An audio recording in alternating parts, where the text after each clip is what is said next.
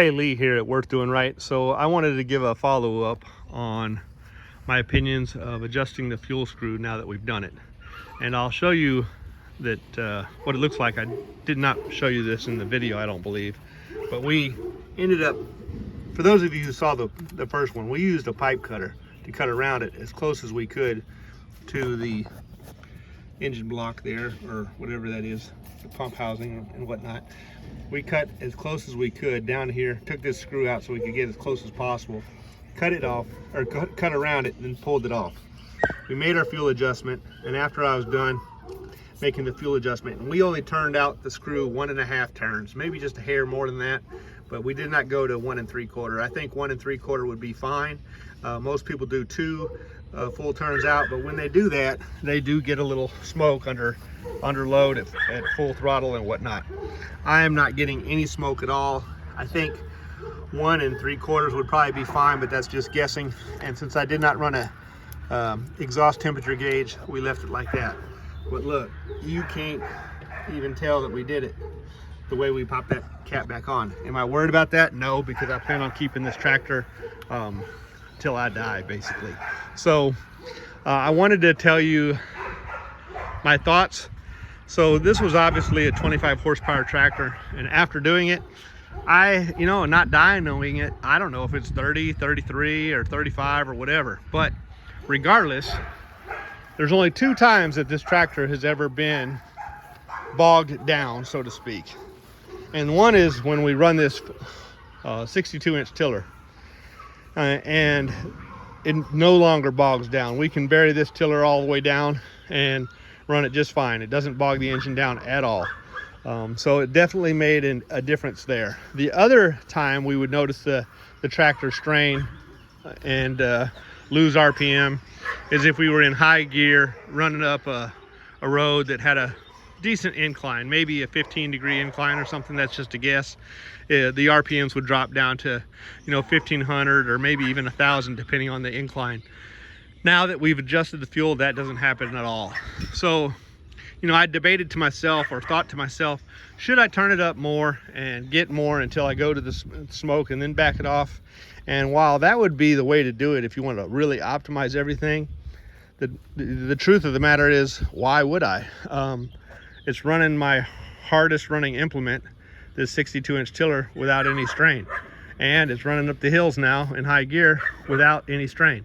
So there's really no need for me to turn it up anymore. And that's basically the sum of this video. We have the grapple on here, which we use quite a bit. Let's see, the only issue that I've ever had with this tractor is pretty minor. The seat, the plastic coming off, cracking, and a lot of that is just because that's what happens to vinyl when it's in the sun and weathered. And this is a 2018 model, and here we are in 2025. Now, I bought this tractor in 2019, but I'm sure it sat on the lot for, out in the sun for that year anyway. So you still got to include that when it comes to things like the seat. That may not affect the engine, but sunlight and weather affects the seat on the vinyl seats. All right, so there you go. A couple of updates that I've made since it was new. We added the remote for the hydraulic function, and I added a toolbox, which is just an ammo can. We did that by screwing that into these brackets that are above the fuel tank, and then also adding this L bracket bolted on with some rubber wrapped U-bolts around the ROPS, and then bolting that in. So that's working good. Let's see, we have the linked pedal for right here. We did add a horn. Let's see if it's still working. Yep, it is. We got, I guess that's it. We got the rubber mat. We did have quick links. I'll tell you, I had the quick links here with the quick adjust. I actually took the quick adjust out, the telescoping bars out. I found that they allowed the rear implement to sway back and forth too much. You could just never really get it right. With these, you can lock it in tight. You'll notice that attachment there has a little bend to it. That did not happen with these.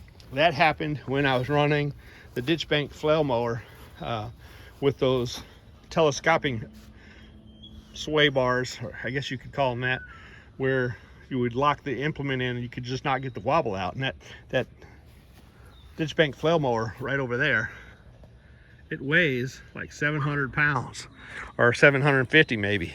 And you get it out here to the side where it's over here, because it swings out to the side, and then you can tilt it and it's swinging back and forth, boom, boom, boom. And that's what ended up bending those tines. And I was afraid if they got bent too much, it might end up being an issue. That little piece right there that I'm talking about. Okay, you can see when it comes down right here, it's got a little bend to it. That's the, I didn't want those to ever be a problem. So I said, you know what, I'm taking these telescoping extenders off and putting on regular turnbuckles, and it's been fine.